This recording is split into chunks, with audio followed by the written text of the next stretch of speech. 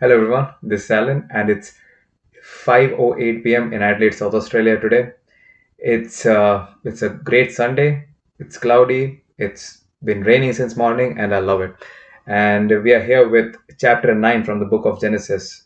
It's a really interesting chapter because here the Lord God goes deep into making a covenant with humanity itself that he won't be bringing another great flood to the surface of the planet, right?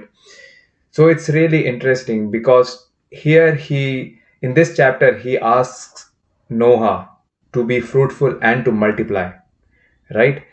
And he also promises Noah with a phenomenon that would occur with the coming generations. It goes, thus I establish my covenant with you. Never again shall all flesh be cut off from the waters of the flood. Never again shall there be a flood to destroy the earth, according to chapter 9, verse 11. Right?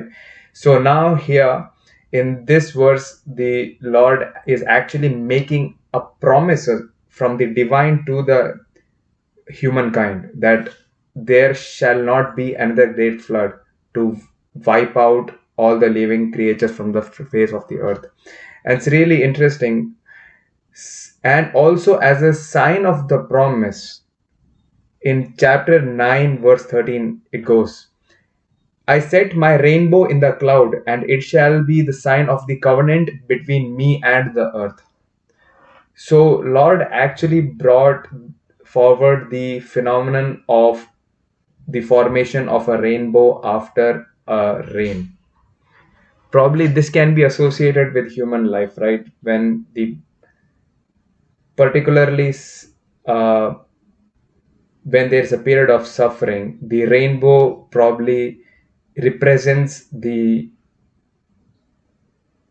hope that the rough time is over, right? So here in this chapter, the rainbow actually signifies the promise between the humankind and God, and it can also be interpreted as hope that waits at the end of every period of suffering that human beings go through.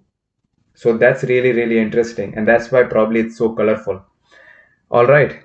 So now, in the latter half of the chapter, a few things go wrong with Noah.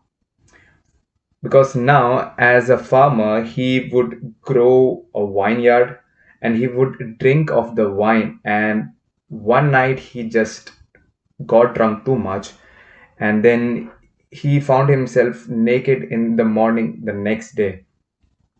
Now, the moment woke up the next day, he started cursing Canaan, who is the son of Ham, and Ham is the son of Noah. I did some research, and probably it's not clear what Canaan did to Noah. Well, some scholars point towards Noah's assault during the sleep, or probably he dreamt that he was assaulted, or probably he just wasn't making any sense. It's not really clear in the Bible. Well, from what I can understand is that you think that something is over, like your period of suffering is over, and people tend to let their guards down, right? People lose all sense of guarding themselves. Well, what happens if you do not constantly watch over what you have gained through that period of suffering? Probably you can that's what happens when people gain something and they let their guards down and they are not looking after what they really worked hard for. It's like money, right? You get money, if you're not looking after it will just go away. So probably that's what happened with Noah. So that's a takeaway lesson that we can get from this particular latter half of the chapter. So after the flood, it is said in the Bible that Noah lived even 350 years more. So in total, Noah's age was 950 years in total, and that is something.